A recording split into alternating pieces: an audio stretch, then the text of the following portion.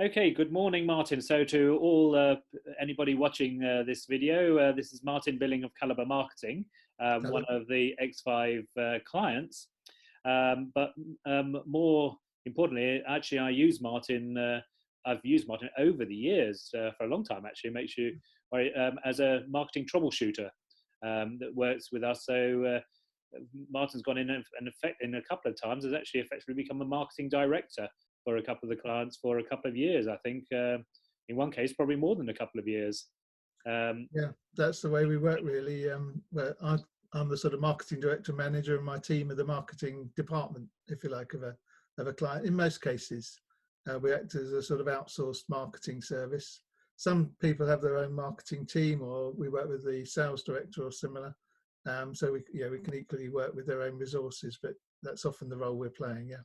What's your background, Martin? Just give people a feel for your experience. Oh, well, I've worked for myself running Calibre and also share marketing for just over 20 years. So it's a long time. I always say I'm my best employer because I've worked for myself for the longest. But Before that, you had some interesting work as well. yeah, my background, I worked for parts of Unilever, 3M, which nobody had heard of until the current crisis when all of these masks, funnily enough, I worked on that product, the product group for face masks. And that logo, of course, is all over the television and everywhere now. Yes. The ones I was working on were more dust. It was the most profitable product group in 3M, even at that time, funnily enough. Locally, I worked for Concord Lighting in New Haven as a product manager, and then I was marketing manager for Nobo in Eastbourne for a good period. So that was my local history, if you like. Yeah. Yeah. Okay. So, Martin, what we wanted to talk about was today with all this this climate, lockdown climate, but also as everybody's thinking about do we cut out marketing as a cost? What marketing can we do? Whatever we do as businesses, it's got to be effective. So that's what I was keen to use your experience to be able to advise the businesses who are going to be watching this. What's the most effective way, in your view, to actually think about marketing, and do they have to change the ways they've done it in the past?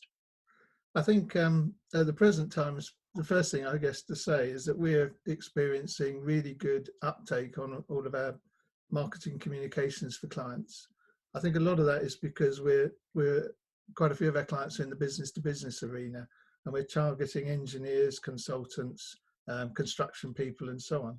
But I think even those consumers fall into the same category in that people are at home, they've got more time.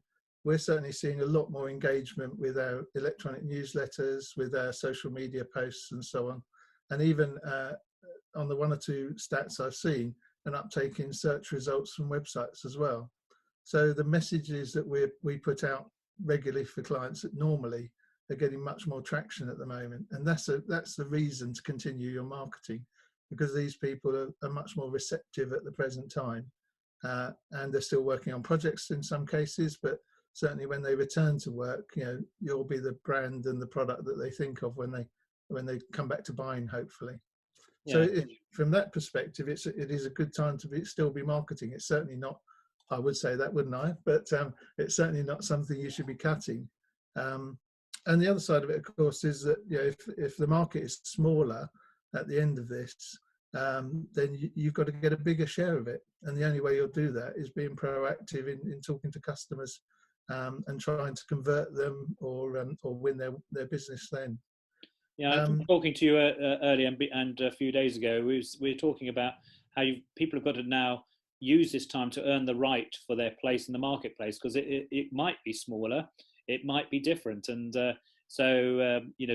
social media awareness is obviously very important. But just to try to you mentioned that magic word brand. Just be interested in your take on whether people have got to revisit their brands in any way. I think it's a good time to do so. We're experiencing more inquiries at the moment for people that want to work with us. So that people obviously are thinking about the future of their business and their marketing. And it's a good time, I think, to also consider where do you sit in the market.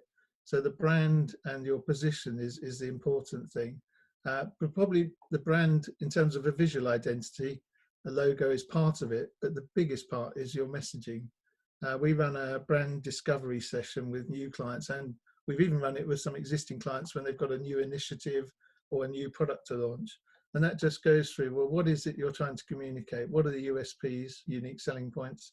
What are the benefits? And from that, we develop almost a script or a standard set of text, and when we run it with a client, they get really excited about their business almost, because they realize that these are all the things they're delivering to customers that maybe they don't talk about. And then we document that, and we use that as the basis for developing not only website text, but electronic newsletters, press releases. We use that as the basis of the information. So it's a good time to reflect, I think, and think about, what do you deliver as a business? And probably as importantly, what are you going to deliver as a business after this? Because obviously the market will have changed. So what part do you see the websites playing in the brand reevaluation? Websites are important, always important. I mean, I know there's some people see social media as fulfilling part of that role, but a website for most of our clients, particularly in larger businesses and business to business clients, it's the point of reference. So it's got to be comprehensive. It's got to have all the information on there. And the most important thing, it's got to be optimized. There's a lot involved in that, of course, with keywords and phrases and so on. But my point really is that if somebody is looking for what you do, and somebody really only does a search on Google or one of the other search engines, if they've got a requirement or an interest, they're going to buy that at some point. People don't search for fun. Maybe looking for Ferraris as a dream, but very few other products.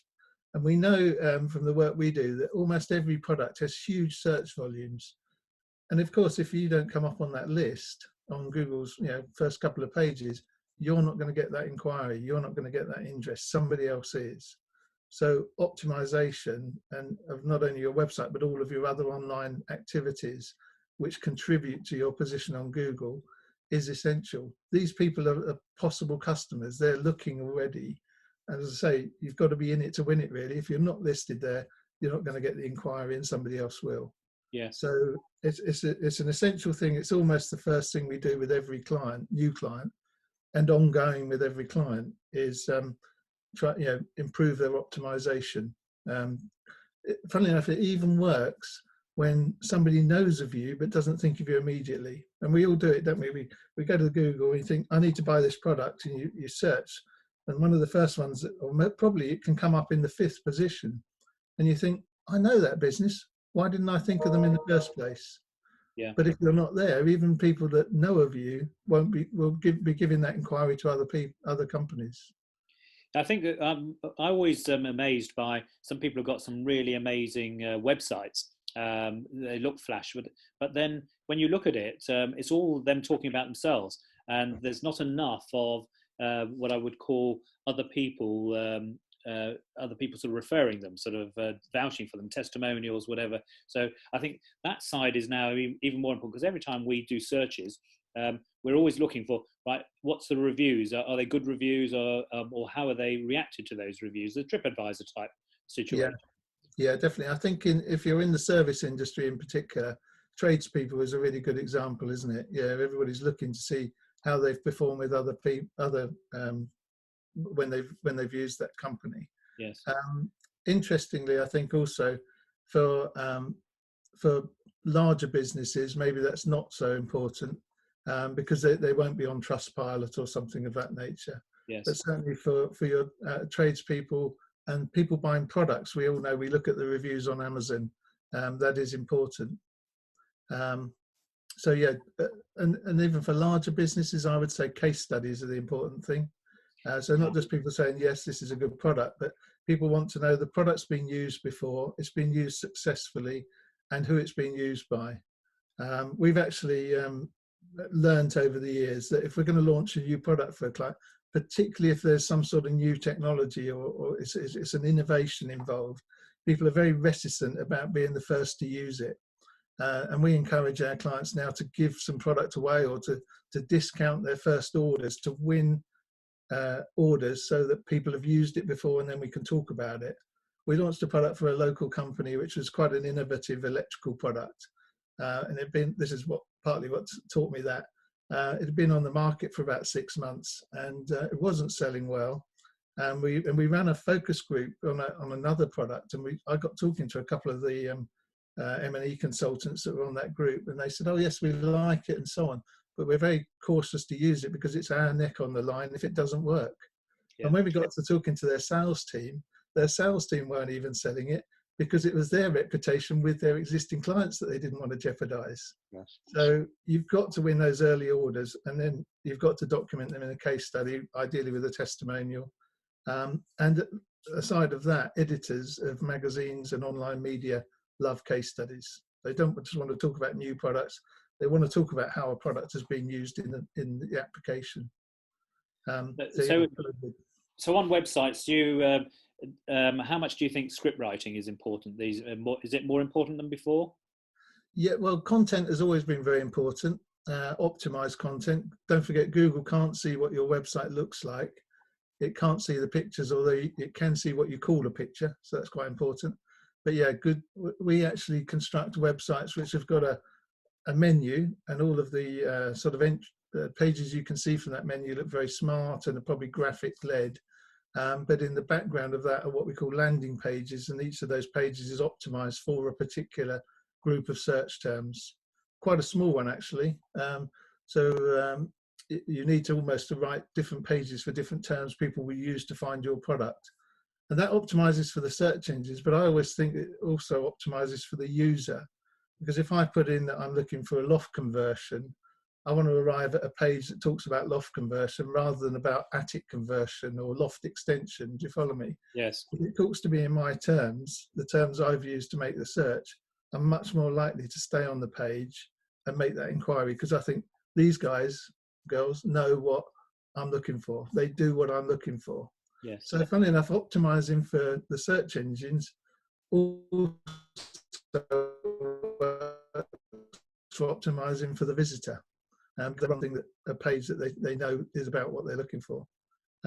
But content, yes, in all forms. The beauty of content is if you write a good article, if you write a good blog, this is the time to spend writing those things, you know. But while you've got the time, hopefully the inclination. If you haven't, jot down the bullet points and send it to us and we'll write it. But yeah, this is the time to write a bank of blogs, articles, because then you can spin off everything. We write a piece of content for most clients once or twice a month.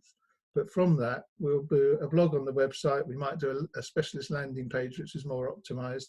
We'll send out an e-newsletter. We might use that as a basis for a press release, and then we'll use it for the social media posts. Beauty is you've only got to have one story, but if you use it across all of the different forms of media and communication, you're maximizing it. To some extent, if you've written a good piece of content, it's on your website, it will optimize, people will see it there. Why not send it to the people you know? Send them an electronic newsletter or even something in the post if they're a really big potential client. So yeah, if you've written it, let them know directly. That's direct marketing. Yeah. Use it as a press release, put it into the media and so on. And then of course, if it's published, then you can reference that in all of your social media activity as well, and bring people back to it. I almost view now social media as a form of direct marketing. We're finding that some of the channels, particularly for certain sectors, are quite specific to their audience. So we work a lot in the construction and electrical industry, and where we're promoting, we've got a client that does dimming systems, for example. Interestingly, architects and interior designers use Instagram. Electrical contractors tend to use Facebook because they are talking to their customers, their friends and family and friends of friends, and local. Larger electrical contractors, your M&E consultants, those people are on LinkedIn, as are the wholesalers. So you can see that there's different channels for different audiences now. Yeah. That's fascinating. So, do you think email marketing is still as valid as ever? Oh, always, yeah. The beauty is that you're dropping something into somebody's inbox once a month. We worked for a company that did signage and so on, and they actually ran some market research encouraged by their head office. And they found this group of customers who weren't really aware of the company, and for want of a better term, didn't feel loved by the company, shall we say. They were the people we hadn't got an email address for. So all of the other people were very happy. They understood what the business was, had a very good attitude towards it. They were getting the monthly e-newsletters. So it just keeps you in front of them. And I think the other side of it as well is that people, you need to be constantly in front of potential customers, whether it's existing or particularly new. And you and I were just talking earlier about the fact that it's very difficult to get customers or prospects to move from their existing supplier, because they'll be 80% happy or 90% happy, and they'll just continue with that. It's easier, isn't it? People don't have time to move. But if you've got a particular innovation or they become unhappy with that supplier, then they might want to move. And if you've been communicating with them regularly and they know who you are, what you do, the beauty of email, you can sort of build that picture over time. Always be informative, don't be promotional. Occasionally may be promotional, but really you've got to be offering advice, guidance, information, telling them what their business or themselves will gain from working with you or using your product. Ideally, you want to be the one they think of when they're let down, when they've got a new opportunity, when they want to maybe invest in doing it a different way or whatever. So the people that are regularly communicating will see that. And the beauty as well of the software that is used now, don't send it from your normal email address, of course.